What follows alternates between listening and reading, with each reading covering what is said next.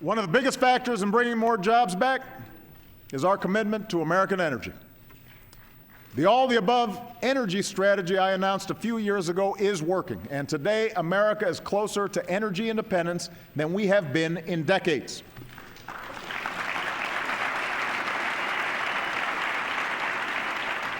One of the reasons why is natural gas.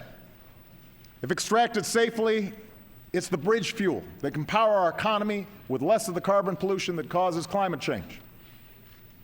Businesses plan to invest almost $100 billion in new factories that use natural gas.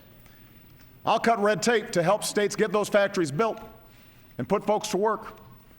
And this Congress can help by putting people to work building fueling stations that shift more cars and trucks from foreign oil to American natural gas.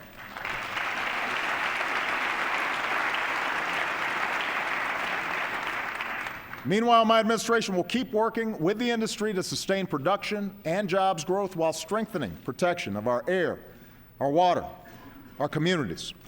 And while we're at it, I'll use my authority to protect more of our pristine federal lands for future generations.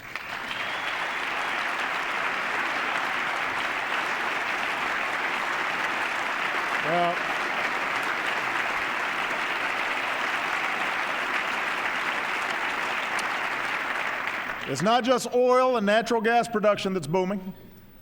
We're becoming a global leader in solar, too. Every 4 minutes, another American home or business goes solar. Every panel pounded into place by a worker whose job cannot be outsourced. Let's continue that progress with a smarter tax policy that stops giving $4 billion a year to fossil fuel industries that don't need it, so we can invest more in fuels of the future that do.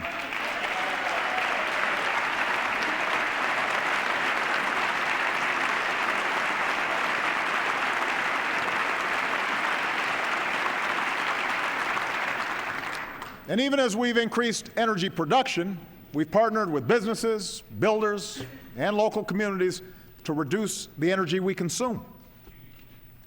When we rescued our automakers, for example, we worked with them to set higher fuel efficiency standards for our cars. In the coming months, I'll build on that success by setting new standards for our trucks, so we can keep driving down oil imports and what we pay at the pump. And taken together, our energy policy is creating jobs and leading to a cleaner, safer planet. Over the past 8 years, the United States has reduced our total carbon pollution more than any other nation on Earth.